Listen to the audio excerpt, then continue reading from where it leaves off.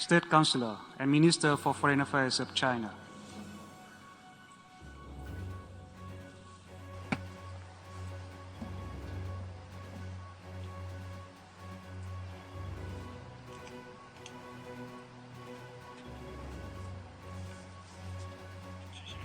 Mr. President, dear colleagues, we are at a time fraught with challenges. COVID-19 has kept resurfacing. Global security faces uncertainty. Global economic recovery is fragile and unsteady, and various risks and crises are emerging. The world has entered a new phase of turbulence and transformation. Changes unseen in a century are accelerating. But we are also at a time full of hope. The world continues to move toward multipolarity, economic globalization is deepening, and our societies are becoming increasingly digitalized and culturally diverse. Countries are becoming ever more interconnected and interdependent. Peace and development remain the underlying trend of our times. People's call for progress and cooperation is getting louder. How should we respond to the call of our times and the ride, the trend of history, to build a community with a shared future for mankind? China's answer is firm and clear. First, we must uphold peace and oppose war. President Xi Jinping notes that peace, like air and sunshine, is hardly noticed when we are benefited from it, but none of us can live without it. Peace is crucial for our future, and it underpins common security of all countries. Turbulence and war can only open Pandora's box, and he who instigates a proxy war can easily get himself burned. Pursuing one's own absolute security can only undermine global strategic stability. We must address differences by peaceful means and resolve disputes through dialogue and consultation. Second, we must pursue development and eliminate poverty. Development holds the key to resolving difficult issues and delivering a happy life to our people. We should place development at the center of the international agenda, build international consensus on promoting development and upholding all countries' legitimate right to development. We should fostering new drivers for global development, forge a global development partnership, and see that everyone in every country benefits more from the fruits of development in a more equitable way. Third, we must remain open and oppose exclusion. President Xi pointed out that openness is the sure way to human prosperity and advancement. Protectionism can only boomerang, and decoupling and supply chain disruption will hurt everyone. We should stay true to openness and inclusiveness and tear down fences and barriers that hinder the free flow of factors of production. We should uphold the WTO-centered multilateral trading system and work for an open world economy. Fourth, we must seek cooperation and oppose confrontation. As we face a host of global challenges, our biggest strength will come from solidarity. Our best strategy is to stick together, and the only way forward is through win-win cooperation. It is natural that countries might have their differences and problems, but they should increase mutual understanding on the basis of equality and respect. We should engage in dialogue, consultation, and win-win cooperation, and reject conflict, coercion, and the zero-sum game. We should jointly oppose group politics and bloc confrontation. Fifth, we must strengthen solidarity and oppose division. President Xi stated that countries around the world are like passengers on the same ship who share a common stake.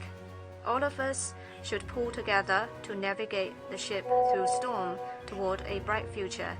Our world must embrace diverse civilizations in order to make continuous advances, and mankind must pursue an inclusive path in order to achieve modernization.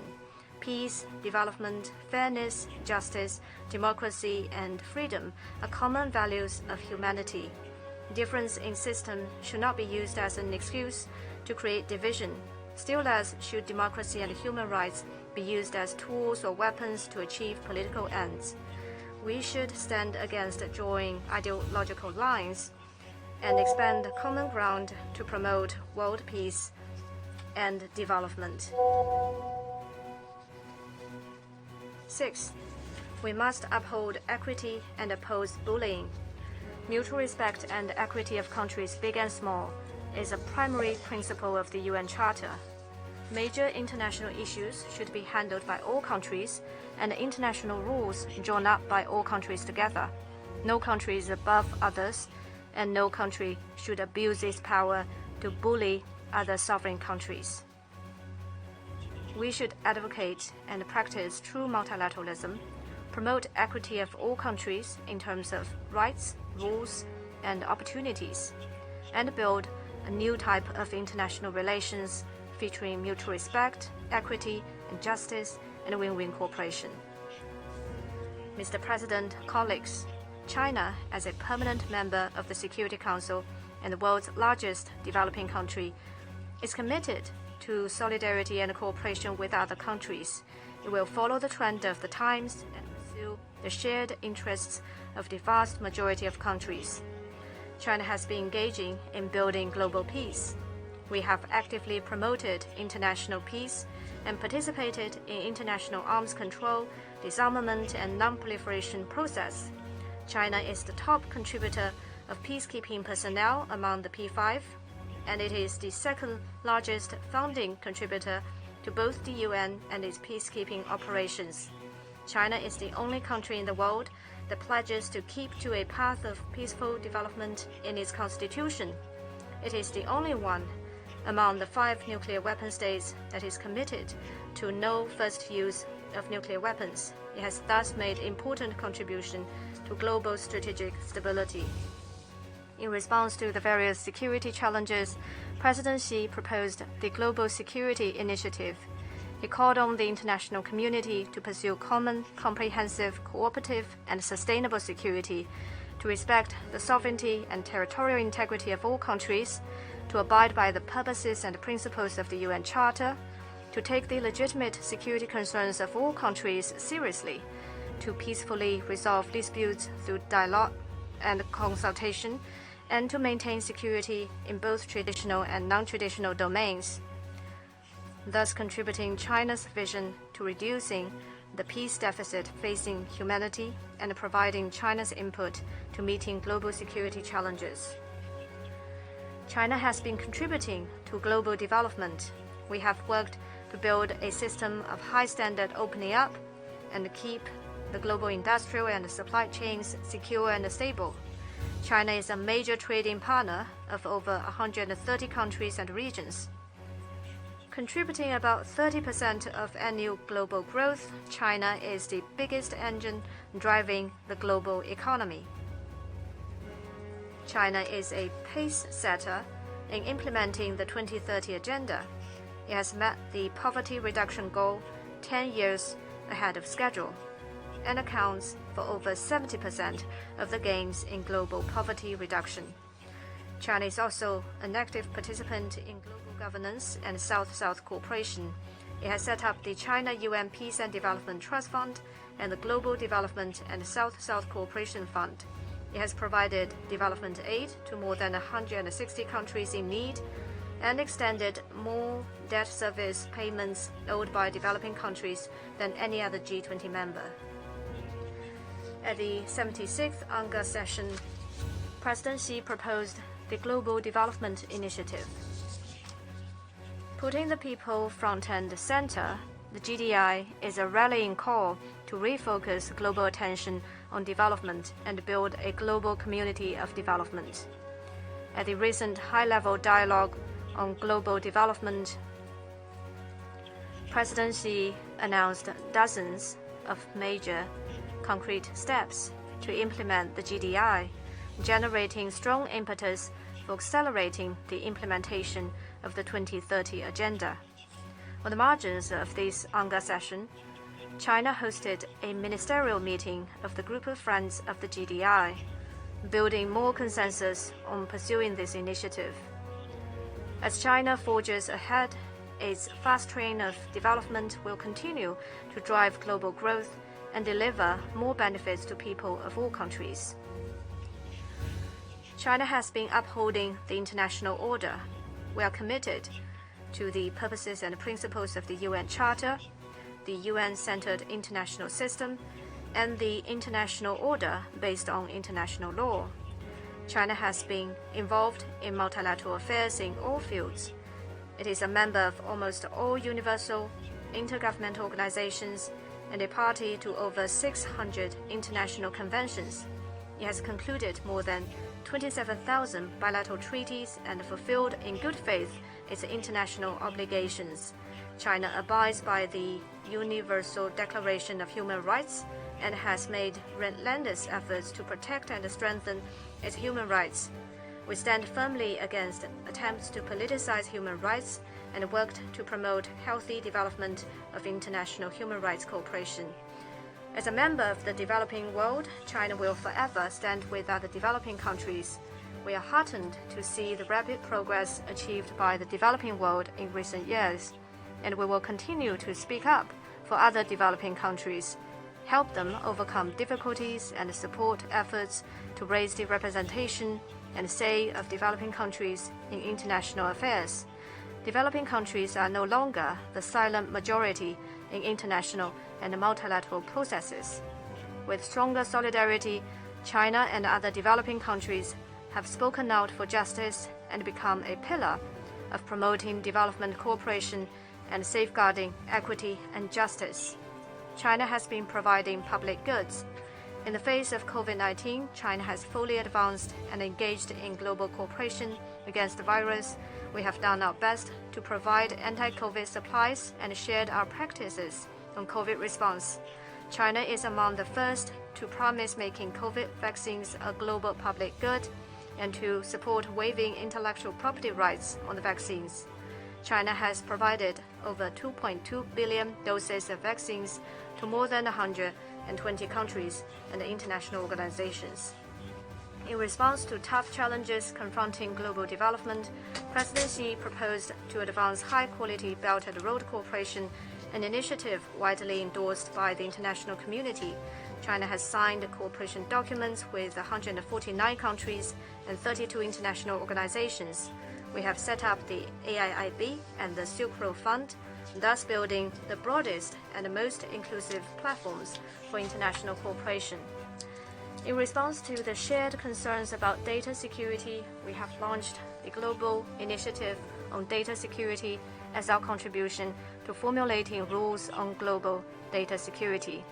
In response to climate change, China is committed to a development path that puts ecological conservation first, one of green and low-carbon growth. We announced the ambitious carbon peaking and carbon neutrality goals and are working to implement the Paris Agreement. China accounts for 1/4 of all the trees planted globally. We are making unremitting efforts for a community of life for man and nature. In response to global food security challenges, China has put forth a cooperation initiative on global food security. This year, we have provided over 15,000 tons of emergency humanitarian food assistance to other developing countries in need. China has been mediating hotspot issues. As a responsible major country, China has explored workable Chinese approaches to solving hotspot issues.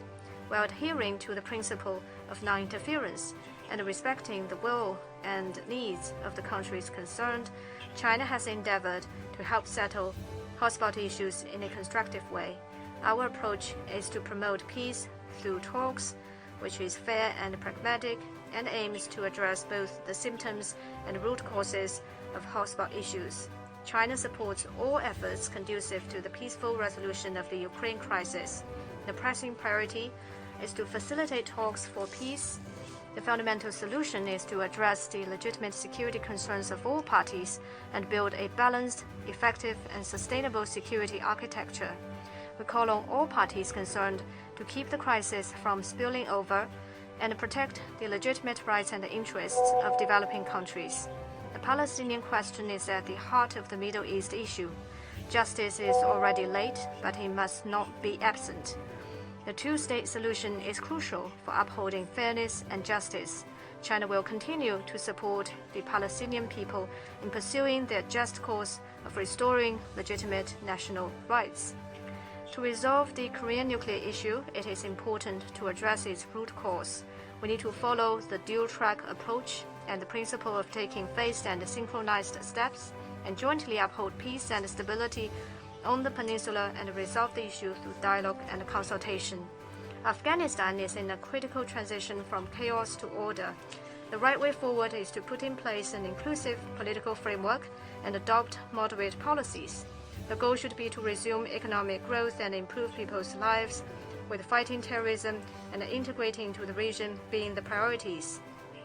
A few countries have arbitrarily imposed unilateral sanctions, cut off development aid, and frozen lawful assets of other countries.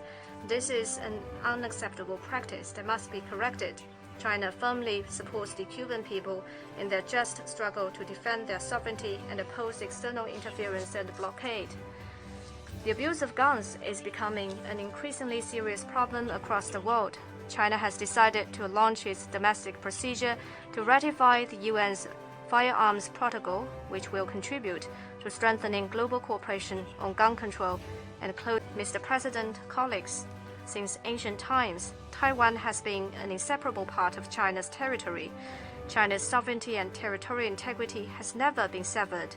And the fact that the mainland and Taiwan belong to one and the same China has never changed. All of us Chinese have never ceased our efforts to realize reunification.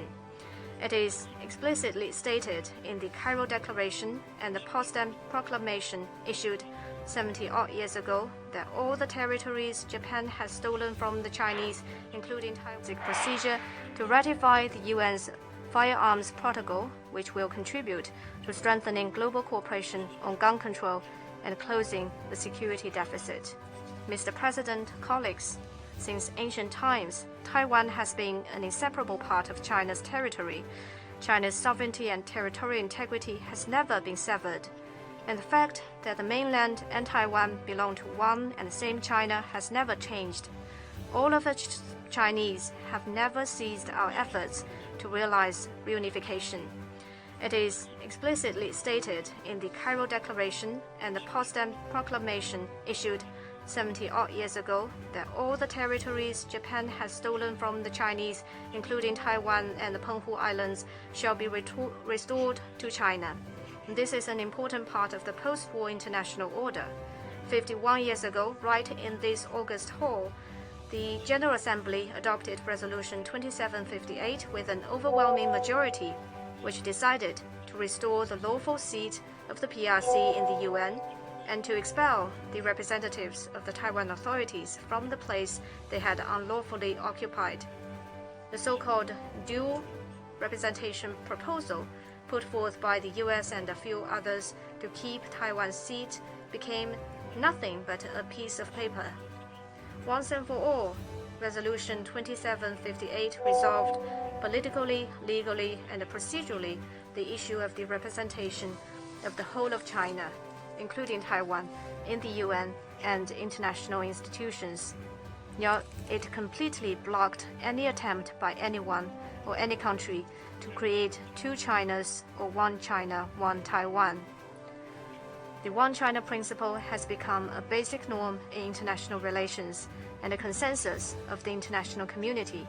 When entering into diplomatic relations with China, 181 countries all recognized and accepted that there is but one China in the world and Taiwan is a part of China, and that the PRC government is the sole legal government representing the whole of China. By firmly upholding the One China principle, China is not only upholding its sovereignty and territorial integrity, but also truly safeguarding peace and stability across the Taiwan Strait, the principle of non-interference, a basic norm in international relations that is vital for developing countries. China will continue to work for peaceful reunification with the greatest sincerity and efforts. To realize this goal, we must combat Taiwan independence separatist activities with the firmest resolve and take the most forceful steps to repulse external interference. Only by resolutely forestalling separatist activities can we forge a true foundation for peaceful reunification. Only when China is completely reunified can there be enduring peace across the Taiwan Strait. Any scheme to interfere in China's internal affairs is bound to meet the strong opposition of all Chinese, and any move to obstruct China's reunification is bound to be crushed by the wheels of history. The international community closely follows China's development. Since the 18th CPC National Congress 10 years ago, socialism with Chinese characteristics has entered a new era. In the past decade, China has made historic achievements and transformation in pursuing economic and social development. In this decade, it also realized a historic leap in its relations with the world and made historic contributions to the international community.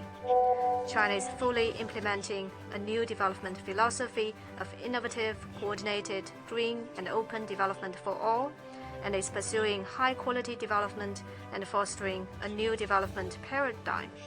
With the strong leadership of the CPC, concerted efforts of the 1.4 billion people, the strengths of socialism with Chinese characteristics, a solid foundation underpinning sustained rapid development, and strong confidence in achieving development through its own efforts, China will enjoy sustained and sound development, usher in even brighter prospects, and make more miracles come true.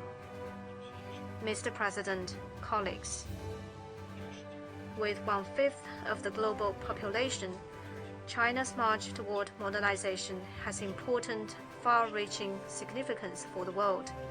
The path that China pursues is one of peace and development, not plunder and colonialization. It is a path of win-win cooperation, not zero-sum game, and it is one of harmony between man and nature, not destructive exploitation of resources. We will continue to contribute our input to meeting the challenges facing human development and make our contribution to creating a new form of human advancement. Next month, the CPC will convene its 20th National Congress. This Congress will, in response to the expectation of all the Chinese people, set well-conceived goals and tasks for China's development in the next 5 years and beyond, and draw an overarching plan for China's future development. Having reached a new historical starting point, China will follow the Chinese path to modernization to achieve its national rejuvenation. China will work with other countries to safeguard peace and development, shoulder the responsibility for boosting solidarity and progress, build a community with a shared future for mankind,